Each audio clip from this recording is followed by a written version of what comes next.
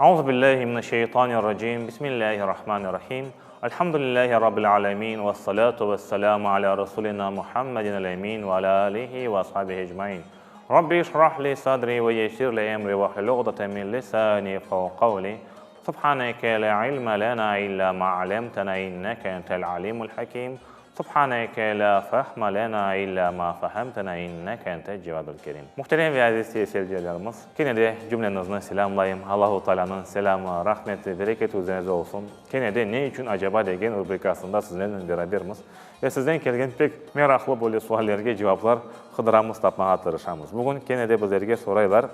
Diler ki, süpürgen vakitte birisini süpürtkenen tiysen, 3 kere tükürmege gerek ne için deyip soraylar. Bakınız bu böyle suallar çokça kelmeye başlay. Gerçekten bakamız vakit dinimiz bizge şunu öğretiyor. Dey ki en güzel sözler tabii ki Allahu Teala'nın sözleridir.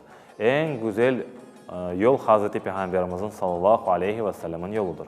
Bunun dışındaki yollar dalalettir. Yani doğru yoldan çıkmadır, sapmadır. Onlardan uzak durmak gerekmez. Güzel dinimiz bizge bunları öğretiyor. Onun için biz neye bakacağımız?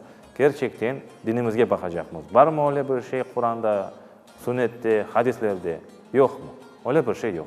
Ondan sonra bakacağımız aklımız boyunca.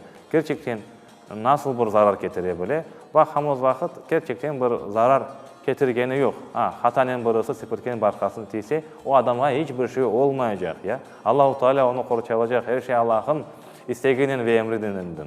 Yani onun için öyle şeylerden sakınmağa, öyle şeylerden korkmamağa gerek. Temizlik açıdan bakamız vakit gerçekten eğer bir yerge süpürtgen tegen olsa o yerini temizlersin o kadar. Bunun yanında işte 3 kere tükürmek degen şey bize daha fazla bir adam korksa, bizde de dinimizde bakamız vakit adam yuklağanı vakit korksa 3 kere gerçekten de böyle tükürle. Ama bunda korkma da olmasa yani tükürmenin de bir anlamı kalmay. Gerçekten muhterem cemaat. Biz eğer Allahu Teala'nın dinini gütsek, ona aytkan emirleri yaşasak Allahu Teala bütün kazalardan, belalardan bizlerini saklar.